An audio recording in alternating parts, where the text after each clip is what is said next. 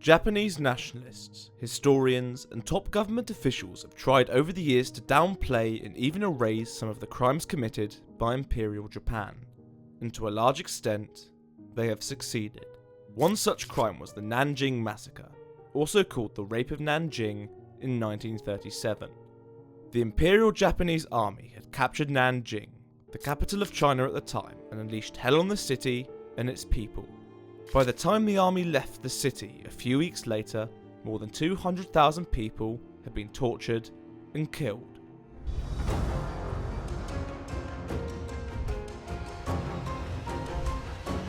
Welcome to Unveiled History.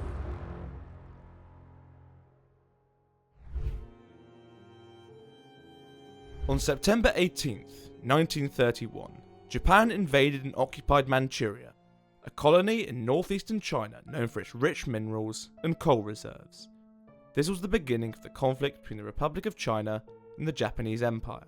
But full-scale war did not break out until July 7th, 1937, during what was called the Marco Polo Bridge Incident. Following this incident, the Second Sino-Japanese War fully commenced, with both sides launching attacks against the other.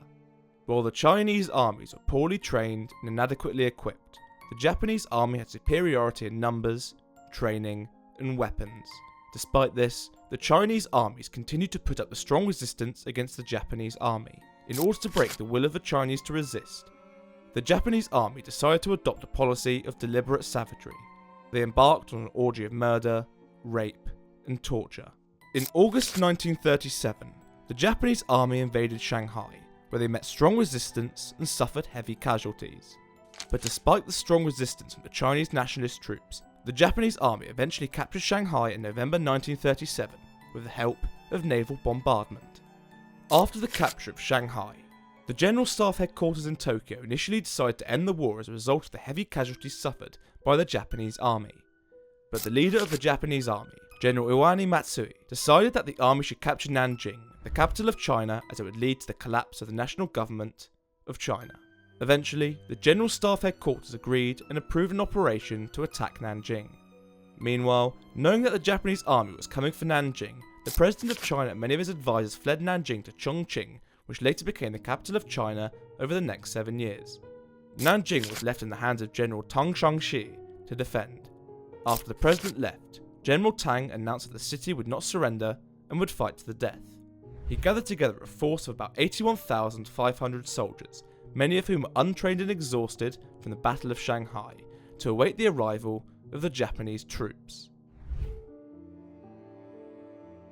As the Japanese army advanced from Shanghai to Nanjing, they embarked on numerous atrocities. The 170 miles between Shanghai and Nanjing became a nightmarish zone of death and destruction. On one occasion, Japanese soldiers entered a small village near Wuxi and set it on fire. Many inhabitants were locked inside their homes as the village burned. In the same village, 2 women, one young girl of 17 and another, a pregnant woman, were raped repeatedly until they could not walk. Afterwards, the soldiers rammed a broom inside the vagina of a girl and cut open the belly of the woman to gouge out the fetus.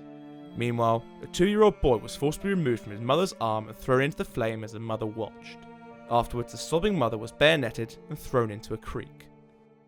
On another occasion, the 16th Division of the Japanese 3rd Battalion rounded up 80 villagers from the village of Changzhou in one place. Then, they opened fire on them with heavy machine guns. Much later, the army doctor Hosaka Akira gave a personal account of what happened. He said, "The people were all gathered in one place. They were all praying, crying, and begging for help. I just couldn't bear watching such a pitiful spectacle. Soon the heavy machine guns opened fire, and the sight of those people screaming and falling to the ground is one I could not face, even if I had a heart of a monster." Kurosu Tadanobu of the 13th Division also gave a personal account of the atrocities they committed. He said, "We'd take all the men behind the houses and kill them with bayonets and knives. Then we'd lock up the women and children in a single house and rape them at night.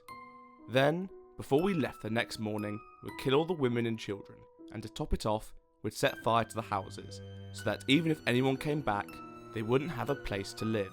Such acts of cruelty continued all the way to Nanjing, but it wasn't just the villages that were destroyed by the Japanese army. The urban cities on its path were also not spared. On December 8th, for example, the Japanese army captured the city of Zhenjiang, set it on fire, and killed anyone that tried to douse the flames. The city burned for 10 days. Perhaps the most notorious atrocity committed by the Japanese army as it advanced towards Nanjing was the massacre contest. It was a contest between two soldiers of the 16th Division that were vying to be the first to kill 100 people with a sword before the capture of Nanjing. By the time the army arrived at the Purple Mountain, both soldiers had killed 105 and 106 respectively. Finally, on December 9th, the advancing Japanese army arrived outside the city gates of Nanjing. Before the Japanese arrived at Nanjing, a lot of Nanjing's civilian population had fled the city out of fear. The wealthy, the middle class, and even the poor all left the city. Those who remained were the lowest of the low, and those with assets that couldn't be moved, like shopkeepers. As the Japanese approached, Western businessmen and missionaries established safety zones for women, children, and other non-combatants. The fight for the city began immediately as the Japanese troops launched a massive attack on December 9th. The Chinese defenders tried to resist, but they were gradually overpowered by the Japanese. By December 12th, their defence had fallen and General Tang ordered his men to retreat. Although some of the soldiers tried to escape, many more of them were caught in the chaos of the city as the Japanese took over. On December 13th, two divisions of the Japanese army entered the city with two small Japanese navy fleets. Angered by the resistance of the Chinese troops, the Japanese army immediately killed thousands of Chinese soldiers who surrendered. Afterwards, they rounded up about 20,000 young Chinese men and transported them to the banks of the Yangtze River. There, they were gunned down with machine guns and their corpses burned or flushed down the stream. Over the next 6 weeks, Nanjing became a nightmare. Japanese troops were encouraged by their superiors to invent even more horrible ways to kill the Chinese population. Some people were used for bayonet practice. Others were decapitated, burned, nailed to trees, or hanged by their tongue. Most of the civilians were killed on the pretext that they were soldiers. Women and children were not spared of the cruelty. According to reports, at least 20,000 women were raped in Nanjing during the first 4 weeks of the Japanese invasion. The rapes were often done during the day in the presence of spouses or family members. Drunk Japanese soldiers would go from door to door searching for young women. The women would be gang raped and then killed immediately by mutilation. Besides the killing and rape, the Japanese also looted the city of its valuables and burned a large part of it. But the army did not limit their destruction to Nanjing alone. During the Battle of Nanjing, one of the Cantonese armies had managed to break out and form guerrilla bands that harassed Japanese forces as they retreated south. In retaliation, the Japanese forces systematically wiped out villages and towns in nearby areas outside Nanjing. On December 18th, the Japanese troops gathered prisoners together at the back of the Yangtze River. They tied the hands of the prisoners and opened fire on them. With no means of escape, the prisoners could only scream and thrash desperately. It took an hour for the sound of death to stop. In a diary account of one of the Japanese soldiers describing how he killed survivors, he wrote, "I figured that I'll never get another chance like this, so I stabbed 30 of the damned chinks. Climbing atop the mountain of corpses, I felt like a real devil slayer, stabbing again and again with all my might." The chinks groaned. They were old folks as well as kids, but we took them lock, stock and barrel. I also borrowed a buddy's sword and tried to decapitate some. I've never experienced anything so unusual. Such acts of cruelty were common among the Japanese soldiers. They were even willing to take photographs beside their intended victims. The violence eventually subsided in February 1938 after the establishment of a Chinese-led, Japanese-influenced government. The atrocities committed by the Japanese army in Nanjing were widely publicised by foreign observers, but the Japanese High Command went to considerable lengths to destroy evidence of the atrocity. This is why the actual number of casualties is not known. But historians genuinely agree that the death toll had to be around 200,000 people.